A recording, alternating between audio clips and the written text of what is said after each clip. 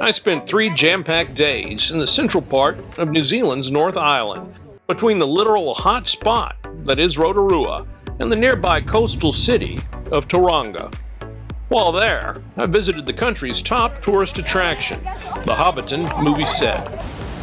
I felt the power of Huka Falls near Lake Taupo, explored Rotorua's volcanic park, walked among the majestic redwoods at the tree walk, and had a ball at hard-to-describe Zorb Rotorua, before spending an action-packed day at Mount Maunganui Beach near Tauranga. Landing in Rotorua at 11 a.m., I quickly got my rental car and drove into town for a bite to eat.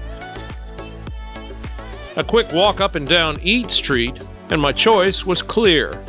Being a southerner, I had to eat at Atticus Finch. A quick taco lunch there was followed by a walk through the park by Lake Rotorua, not far from Eat Street. Float plane and helicopter tours depart from this lake. From there, I made my way to Huka Falls near Lake Taupo. It's about an hour's drive from Rotorua, and it's a chance to see 58,000 gallons of water barreling over a 36-foot tall waterfall every second. The Waikato River, New Zealand's longest, roars through a shallow ravine made of hard volcanic rock.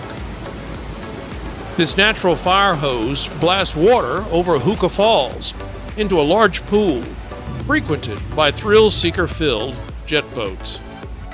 Before you get there, stop at the observation point and take in the falls and the jet boats from a distance. There's a site map in the large but busy parking lot. A short walk and you're at the usually crowded footbridge. Here you'll see and feel the force of the rushing water below. And yes, this is a selfie hotspot. A short walk along the banks and you're at another observation point right next to the falls. Here's your close-up look at 58,000 gallons of water blasting out of a volcanic rock ravine. There are several other observation areas around the falls, and several walks or hikes you can do in the area. A short drive from there brings you to yet another observation point, this time overlooking Lake Taupo, the largest freshwater lake in New Zealand. Continue downhill to the lake's waterfront and the town of Taupo. Centered along the 234 square mile lake, Taupo is home to restaurants and hotels filled with tourists exploring geothermal areas, Maori rock carvings, and water sports of every sort. Vast waters of Lake Taupo, a volcanic caldera, send Huka Falls its crystal blue waters. After a quick bite and a walk around the monuments and art displays along the waterfront, I begin my 2-hour journey to coastal Tauranga, home to my Airbnb for my 3 days on this part of the North Island. You'll need to throw your concept of an estimated time of arrival out the car window. While the highways are in good shape, winding 2-lane roads filled with tourists like me make arriving on time difficult. It's also easy to get lost here. GPS and cell service, especially in rural areas, is spotty, as you'd expect it to be. My beachfront Airbnb did not disappoint. This spacious bottom floor and a large oceanside home was perfect for me. Just beyond the backyard view, a winding walk over grass-covered sand dunes leads to Tauranga's ocean edge. Early to bed, early to rise. Day 2 means a sunrise drive to Hobbiton. From Tauranga, or Rotorua, the journey to Middle-earth is about an hour's drive. From Auckland, it's 2 hours or more, depending on traffic. When you arrive at the Alexander Sheep Farm, you'll enter a well-run operation designed to handle the thousands that drive in daily to see New Zealand's #1 tourist attraction, the Hobbiton Movie Set. Here, in the heart of the Waikato region, you'll be transported to the lush pastures of the Shire, as seen in the Lord of the Rings and Hobbit trilogies. Make sure to book your tickets early online. When you arrive at the Shire's Rest, home to the ticket office, a cafe, gift shop, and departure point for all Hobbiton-bound motor coaches, make sure to check in first thing at the ticket office. There you'll be told which bus to board and when. You'll have a few minutes to check out the cafe and gift shop. If there is a line, don't stop at the first restroom sign you see. There's a freestanding restroom building close to the parking lot. On the bus, you'll meet your tour guide. You'll be with this same guide and same group for the 2-hour walking tour. The bus is just transportation from the Shire's Rest to the movie set. As you walk around the 14-acre set, you'll see intricate details, mailboxes, community boards, vegetables, and small clotheslines filled with a day's wash. Your guide will point out the most famous locations while explaining how movie magic was made here. You'll pass colorful Hobbit hole doors scattered on the hillsides, including the iconic Bag Inn, home of Bilbo and Frodo Baggins, before arriving at Bagshot Row, where you'll get a glimpse of the interior of a humble hobbit's home. Your guide will lead you through one of 2 hobbit holes, allowing time for you to explore the detailed interiors. From the bedrooms and bathrooms to the kitchen and the fire-warmed living room. There are 44 hobbit holes, scaled to different sizes. The smallest are the correct size for hobbits, who, of course, are smaller than humans. Some are built to a larger scale, to make hobbit actors appear smaller. You'll see lots of cosplayers in Hobbiton, and you may be one yourself. Continuing along the path, past the mill house, you'll cross the double-arched stone bridge before entering the Green Dragon Inn, where you'll be served complimentary ales, apple cider, or non-alcoholic ginger beer. From there, you'll board your bus and head back to the Shire's Rest, unless, like me, you book the buffet lunch at the next-door Party Marquee.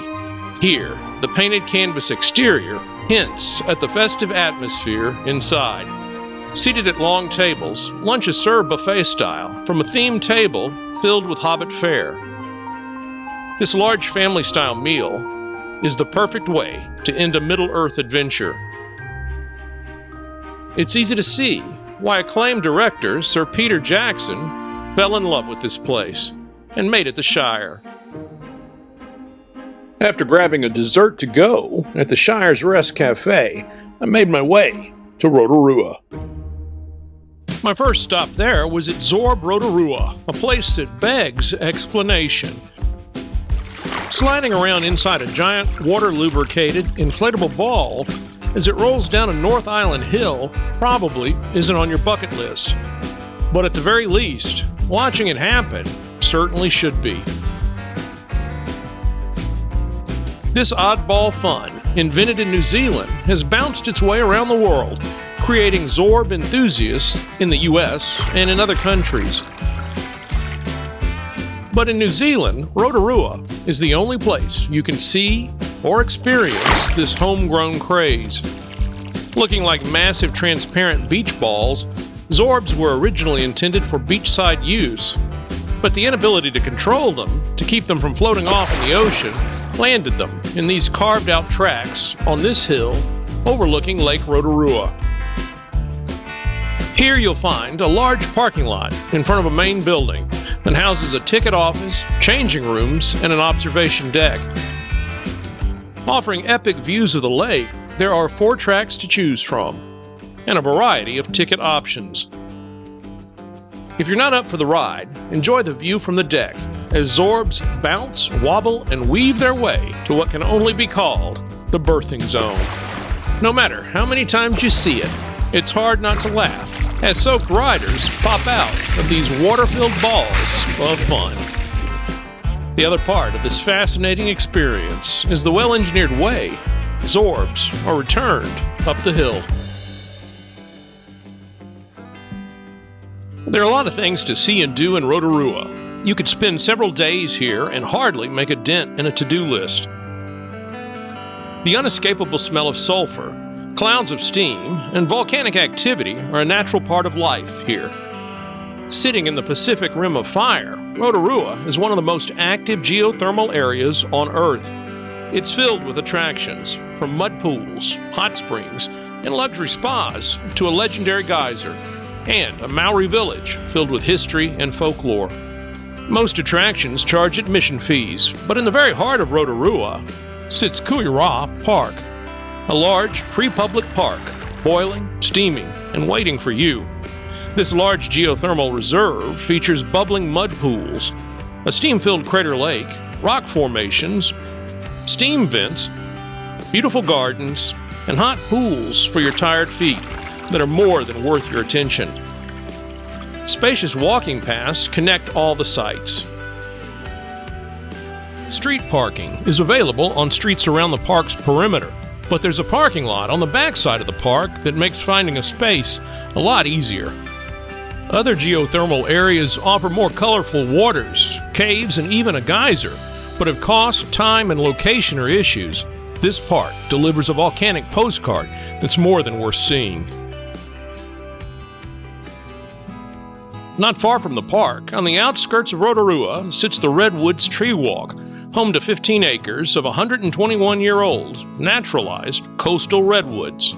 From California, about 40 feet above the forest floor, you'll walk across 23 suspension bridges connecting 22 redwood trees.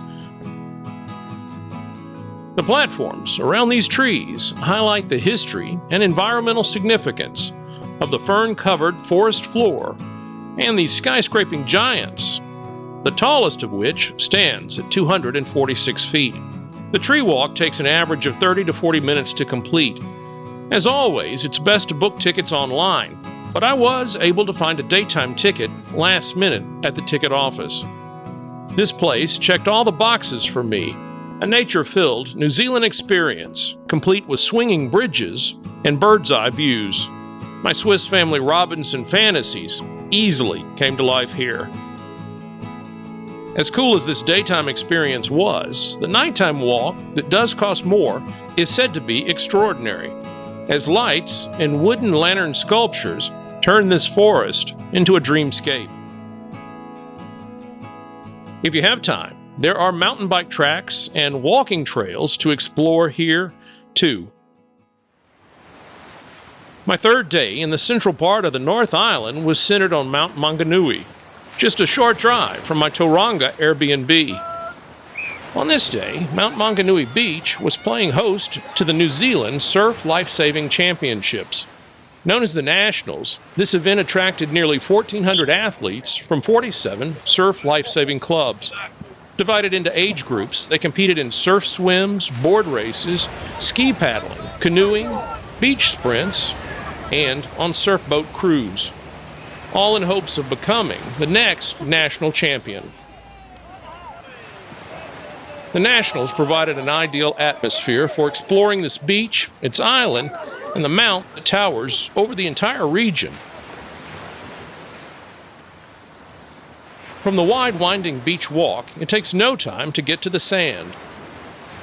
Water too cold for me was no deterrent for wetsuit-clad surfers honing their skills next to Motoriki Island, also known as Leisure Island. Just off Maunganui Beach, the island is connected to the shore by a man-made land bridge. In the 60s, there was an aquarium on the island, and in the 80s, a water park. Today, both are gone, but what remains is a perfect place to walk, birdwatch, rock climb, or just explore. Here you'll find a mix of tourists and locals, drawn by beautiful scenery and a sense of remoteness you wouldn't expect so close to a populated area. From the island, you'll get fantastic views of Mount Maunganui, its beach, and the Pacific Ocean. At the far end of the island, there's a blowhole. And on the south side, an area that's a popular place to throw a line for kingfish, snapper, and other fish. Mount Maunganui is both a suburb of Tauranga, and the name of the towering lava dome, formed 2 to 3 million years ago, that towers over this part of New Zealand. This peninsula has a beach side, popular with surfers, and a port side, perfect for cruise ships. Mount Maunganui's main beach is often named one of New Zealand's best. Here you can relax on white sand, swim, surf, or just people watch, as I did, on this extremely active day. The beach is patrolled by volunteer lifeguards during busy months. On the harbor side of the peninsula, Pilot Bay is a good family spot for young children to splash around in calmer waters. You'll find lots of excursions to book in Mount Maunganui, like big game fishing, dolphin tours, and dive trips. I grabbed a burger just across the street from the closest restaurant to the beach. If you're more into food trucks, you might have luck on the beach side. My Airbnb was down the beach in Papamoa, but a place here in Mount Maunganui would put you at the center of the action. The mount itself towers 761 feet over the beach. The port and the island you'll no doubt explore. In English, Maunganui means big mountain. The walking tracks to the top of this extinct volcano provide 360-degree views of the entire region. If you're the active, healthy type, you can walk straight up to the top in 45 minutes or so, or make a longer loop that takes a bit more time. But if you prefer a more leisurely pace, the walk around the base of the mount might be more for you. This mostly flat path provides lots of photo opportunities, but it too can get hot and humid. Whichever path you take, make sure to bring lots of water and sunscreen. The tracks start on the mount's ocean side. Just follow the boardwalk along the beach, past the Surf Lifesaving Club. At the base of the mount, there's a board that details the various routes. The base track is about a 2-mile loop around the lower part of this extinct volcano. It takes about an hour or so and is considered a relatively easy route, so naturally, it's the one I chose. It's good for hiking, running, or walking, and suitable for most fitness levels. The much more strenuous Summit Walk offers expansive views of the Bay of Plenty, the city, and the port. You get extra points if you do it at sunrise or sunset. In my 3 days in this area, around Tauranga and Rotorua, I was able to do a lot. Huka Falls, Hobbiton, Zorb Rotorua, the Free Volcanic Park, the Redwood's Tree Walk, and all things Mount Maunganui. If this guide is useful, like it and subscribe to my channel Newsocracy for more, including guides about Queenstown, Christchurch, and a comprehensive guide that covers my entire stay in New Zealand. As always, I'm Jim Albritton. Thanks for watching. Flashing red lights, driving at night, windowless ride, feeling alive, nothing in sight, forever in flight, follow those lines, we'll make it this time, blurry street lights, work as a guide to memories that we're making tonight.